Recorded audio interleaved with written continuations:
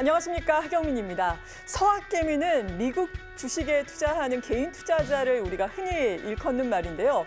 요즘에는 서학개미의 관심이 유럽까지 확산되고 있다고 합니다.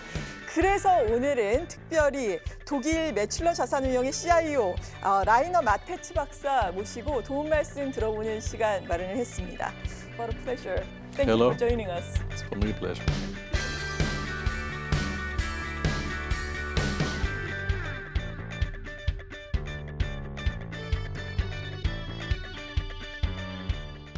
지난해 특히나 벌어진 유로화의 약세로 인해서 유럽의 투자 매력도가 높아졌고요. 실제로 요즘의 주식시장의 현황을 보자면은 유럽 증시가 최근 한 3개월 동안 미국의 증시를 아웃퍼폼, 그러니까 증시 상승률을 웃돌고 있습니다. 예상보다 춥지 않은 겨울도 미국의 인플레이션 완화에 한몫을 하고 있고요. 중국의 리오프닝 같은 경우에도 유럽에는 명품 주식이 상당히 많잖아요. 명품 주식의 상승에 모멘텀이 되고 있다고 합니다. 메츨러 자산운용사에 대해서 좀 소개를 해주신다면 어떨까요? Could you give us a brief introduction about metzler? Yeah, let me start by saying that Metzler is the oldest private bank in Germany, which is still entirely family-owned, so no external shareholders at all. In the meantime, in its 12th generation. Headquartered in Frankfurt, and it was founded in 1674, so that means... 1674? Yeah, we're going to celebrate our 350th anniversary in the course of next year. So there are four main fields of business. It's asset management, which I represent. It's capital markets, private banking, and corporate finance. Asset management has total assets of around more than 70 billion euros currently, which we are managed with various equity, fixed income, and multi-asset strategies.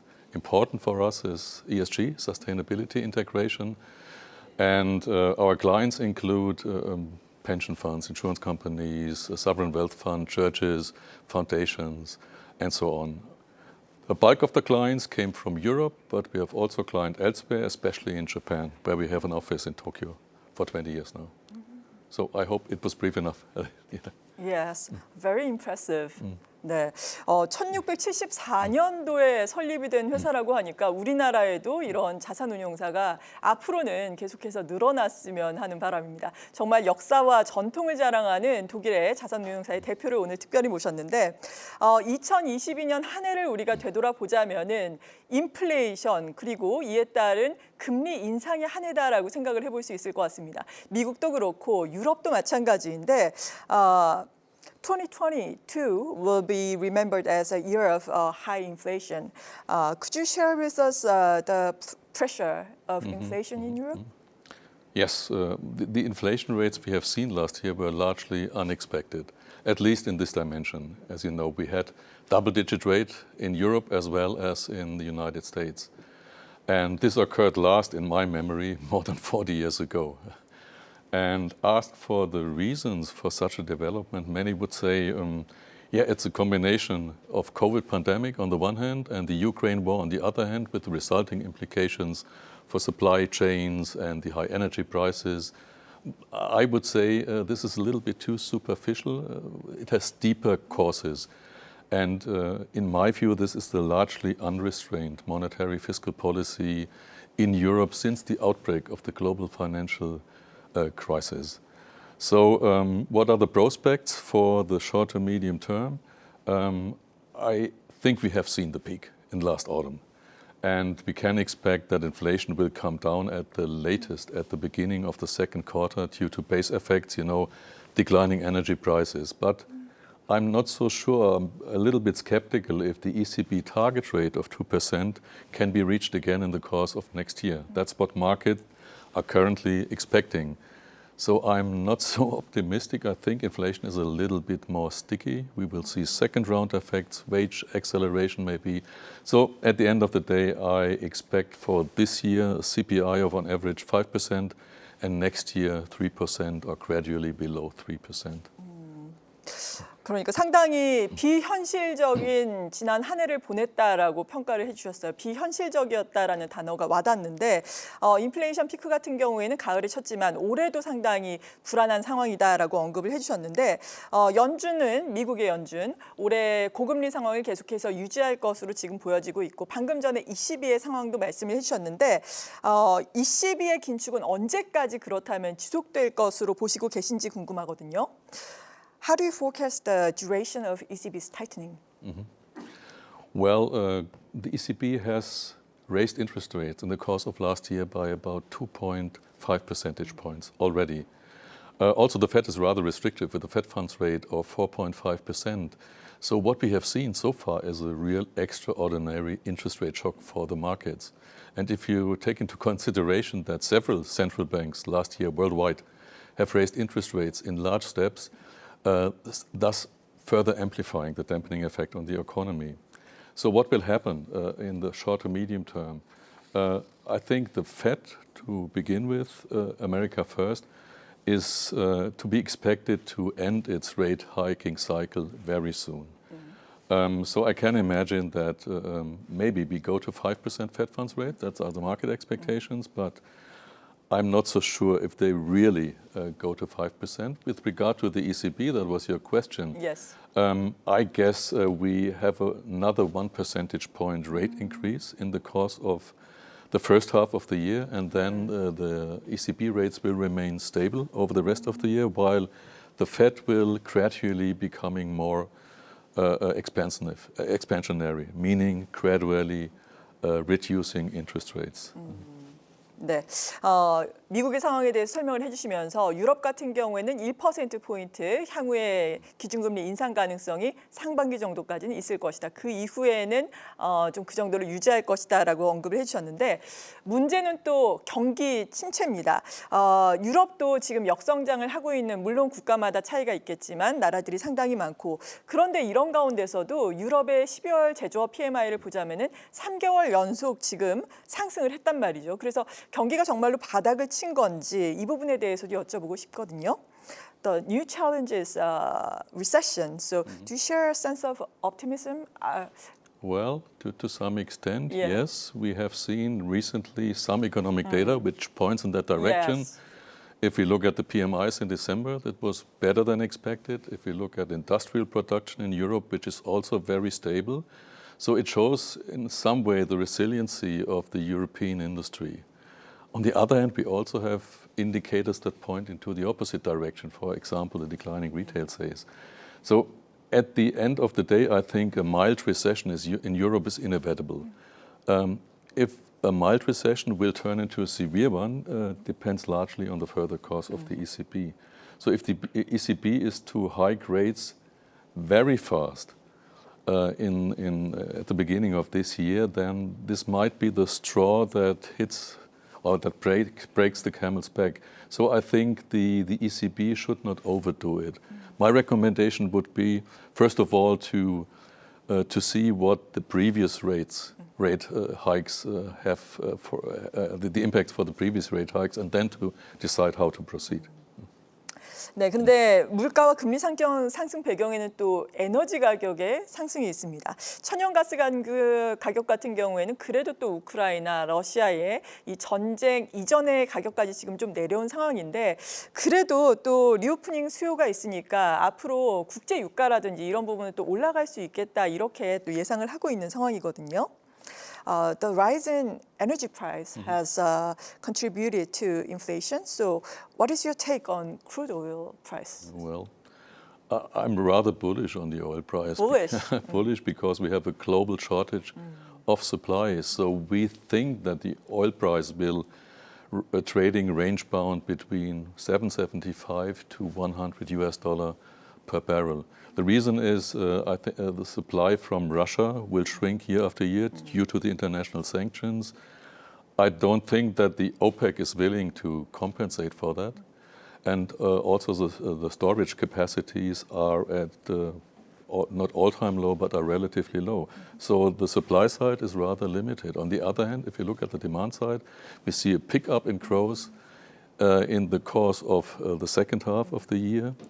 and we see the rebound coming from China through the reopening. So I guess we can see even higher jumps of the oil price than expected. So yeah, I'm bullish. 네, 국제유가가 75달러에서 배럴당 한 100달러까지 오를 수 있을 것이다. 수요 증가 때문인데 특히나 중국 리오프닝으로 인해서 수요가 급격하게 증가될 것을 또 전망을 하고 계십니다. 그렇다면 신재생 에너지는 어떻게 될지 궁금하거든요. 일단 유럽연합 집행위원회 2030년까지 신재생 에너지 비중을 45%까지 올리겠다라고 구상을 하고 있는 상황인데요. Do you expect the renewable market to continue its growth? The answer is short, yes, definitely yes. You know, there are many political initiatives in Europe to promote the energy transition. Currently, the share of renewable energies in Europe is about 25%, something like that. And this will increase to a significant extent over the next few years. Only last year, to give you a figure, the solar capacity in Europe has been increased by more than 40 gigawatt, which is an increase of nearly 50%. So I think this trend will go on exponentially and mainly driven by solar, by onshore and offshore wind. 그렇다면은 원전 같은 경우에도 많이 고려를 해볼 수 있을 것 같은데 사실 독일 같은 경우에는 탈원전을 그동안 추진을 해왔는데 우크라이나 러시아 전쟁으로 인해서 에너지 위기 맞으면서 원전 정책에도 지금 큰 변화가 예상되고 있는 상황입니다. 예를 들어서 뭐 프랑스 같은 경우가 특히나 그러한데 유럽에 전반적으로 원전이 확대될 수 있을지 궁금하거든요.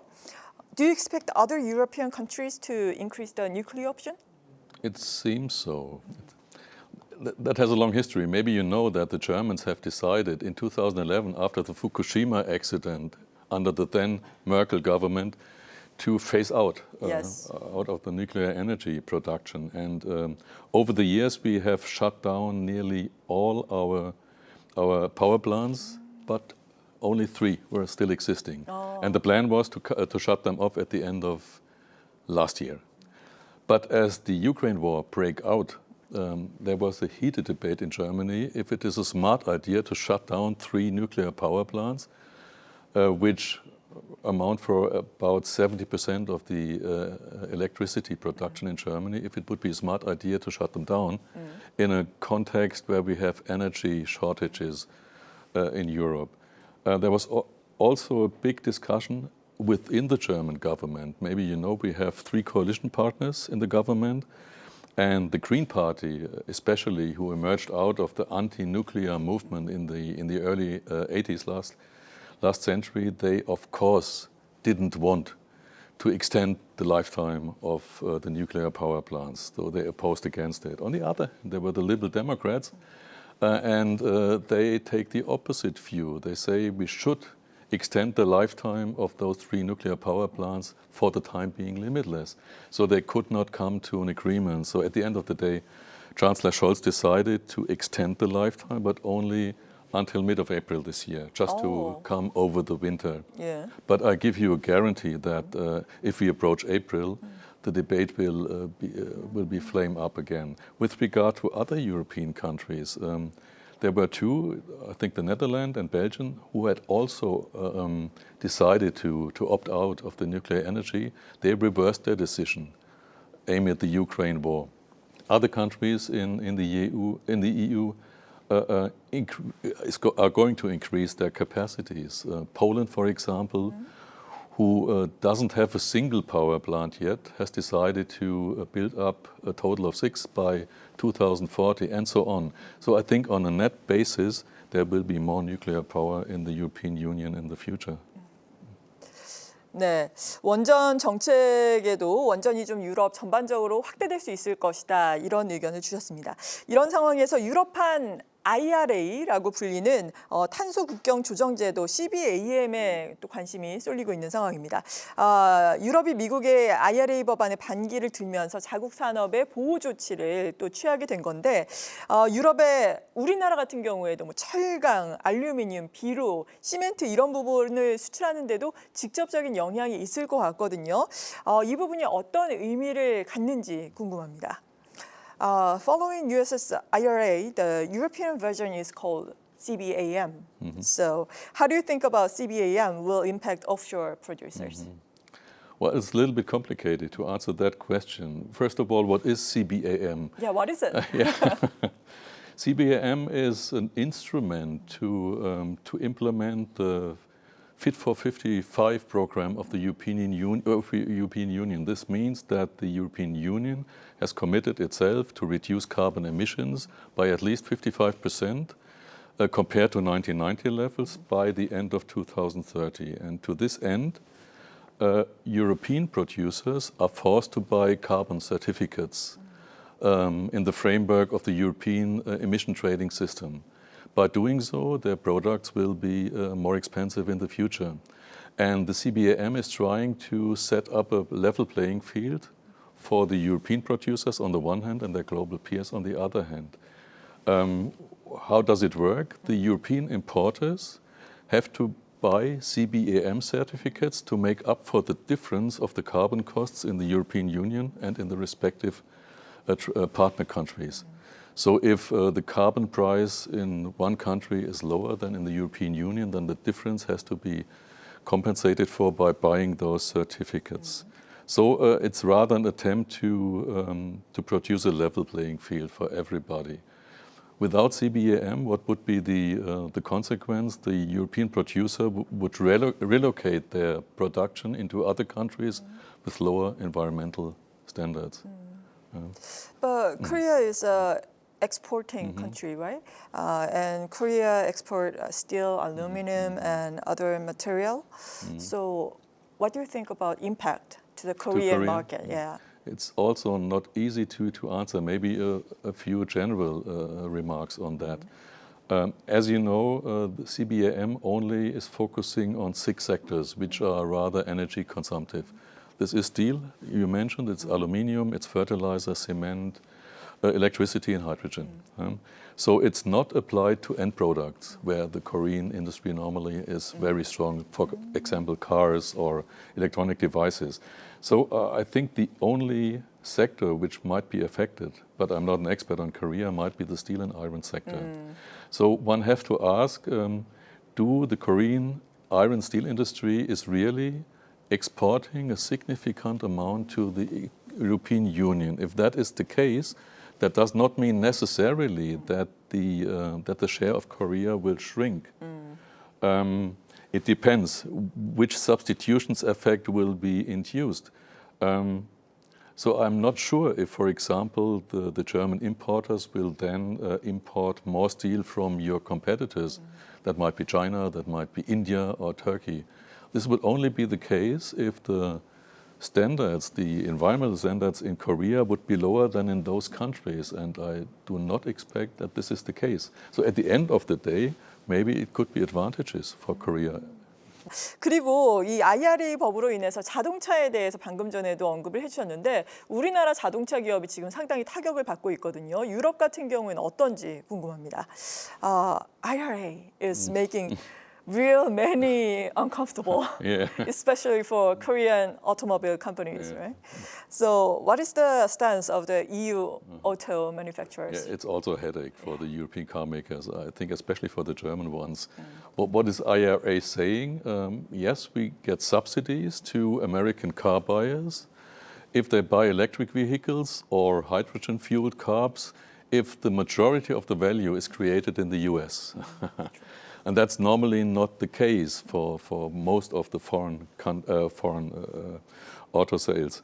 The second thing is that there is a price cap for cars. So high-priced cars are not eligible under that IRA Act. And the third thing is that household income is also capped, meaning that that households with higher income are also not eligible for that. So what does that mean for European car makers? What they are doing is they will shift capex from the European Union to the US in order to match that requirement.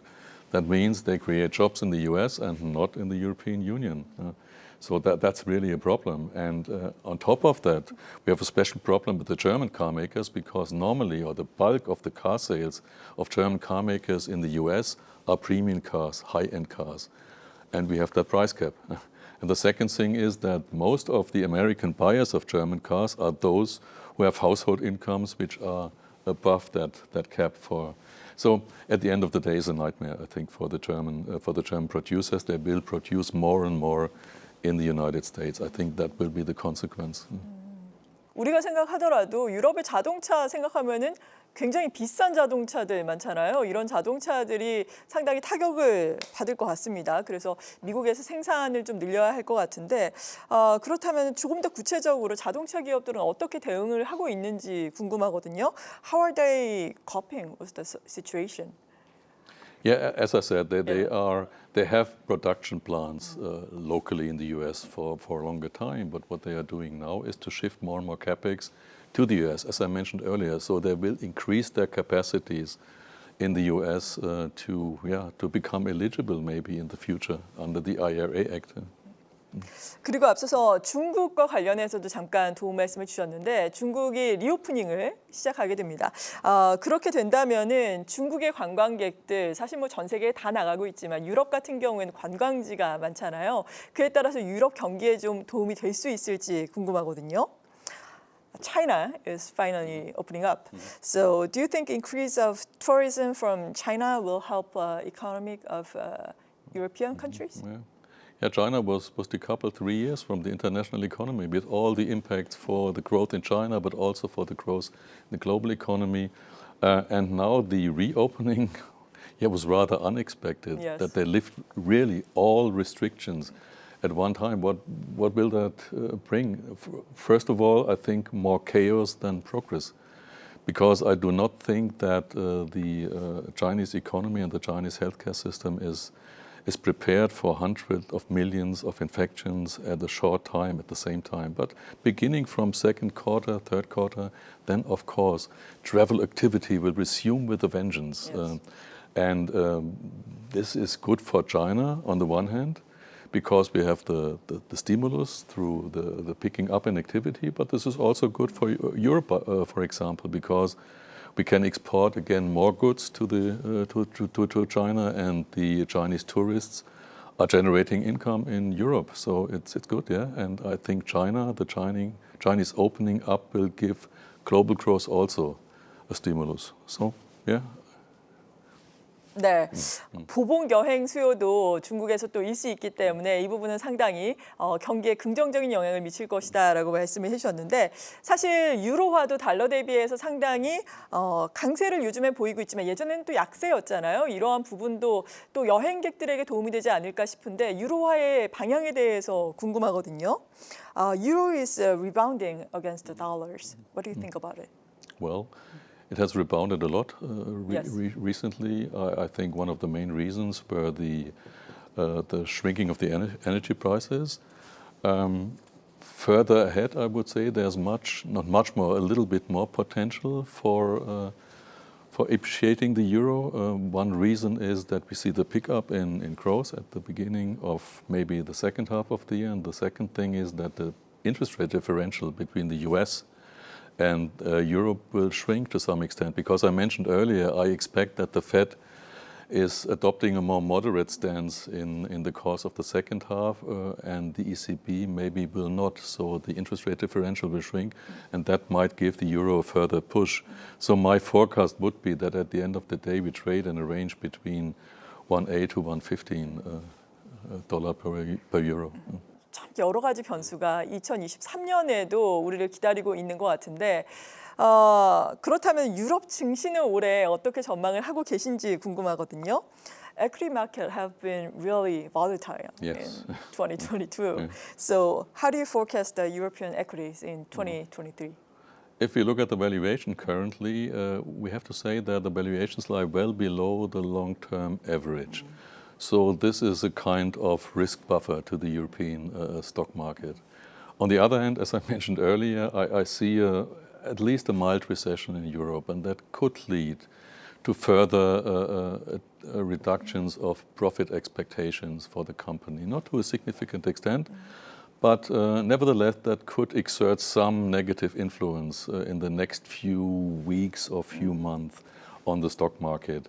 Especially as we have seen that in the first trading days this year, the markets were relatively strong. But then I think when the Fed becomes more expensive, when bond yields are peaking, which I expect, when the positive effects of the Chinese reopening will come into effect, and so on, and when then in the second half of the year there will be a pickup of the European economy, then this might be very positive for the equity markets. So I see equity markets at the end of the year for Europe with levels maybe 5 to 10% higher compared to the current levels. 그렇다면 유럽에도 나라들이 많잖아요. 어떤 나라를 긍정적으로 보고 계신지 궁금하거든요. Which countries you think deserve the attention? I don't think in country-specific terms, because that's not anymore a criteria for the European market.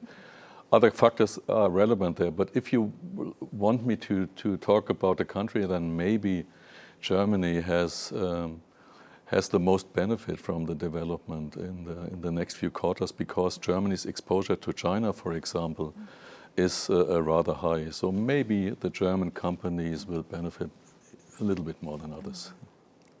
네, 유럽이 아무래도 뭐 EU로 통틀어서 일컬어지고 있으니까 EU 자체를 또 봐야 되는 것 같은데, 그래도 또 독일의 기업들이 조금 더 나을 수 있겠다라고 말씀해 주셨습니다.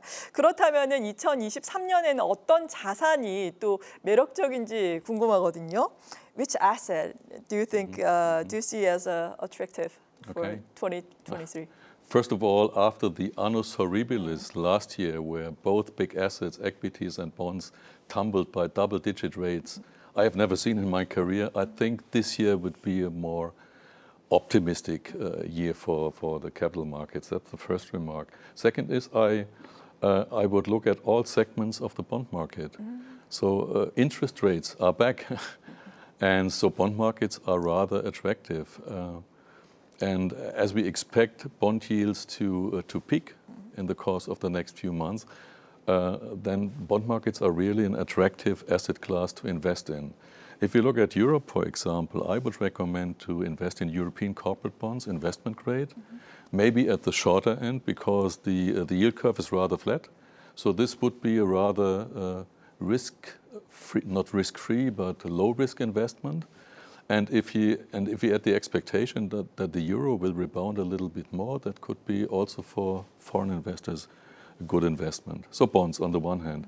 We talked about equities, but I think what the name of the game this year could be small caps in Europe.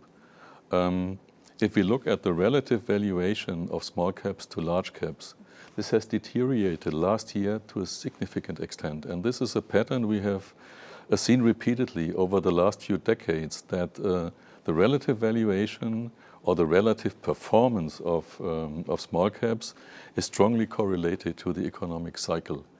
And as we expect a pickup in the cycle, so that might be a good idea to think about investing in European smaller companies. 네, 채권 시장을 상당히 긍정적으로 봐주셨고, 주식 시장 같은 경우에는 유럽에서 스몰캡 종목을 유망하게 볼 수 있겠다라고 언급을 해주셨습니다. 마지막으로 한국의 투자자 여러분들께 한 말씀 해주신다면요. Any closing remark for Korean investors? Well, we touched many things. Maybe for the commodity side, we talked about oil. I'm a fan of gold, so maybe it's a good idea to add gold to the strategic asset allocation of investors. 금을 사러 가야 되겠네요. I will buy gold. 네. 네. 오늘 이 시간 이렇게 독일 메츨러자산운용의 레이너마테스 박사 CIO 모시고 도움 말씀 들어봤는데요. 유럽 같은 경우에도 우리와 마찬가지로 어려운 환경이지만 말씀을 나누면서 정말 또 투자자에 있어서 희망을 볼 수 있는 또 포인트가 여러 군데가 있었던 것 같습니다. 여러분께 시사점이 됐었으면 하는 바람입니다. 오늘 함께해 주셔서 고맙습니다. Thank you for sharing your opinion. Thank you very much. It was a pleasure. Thank you.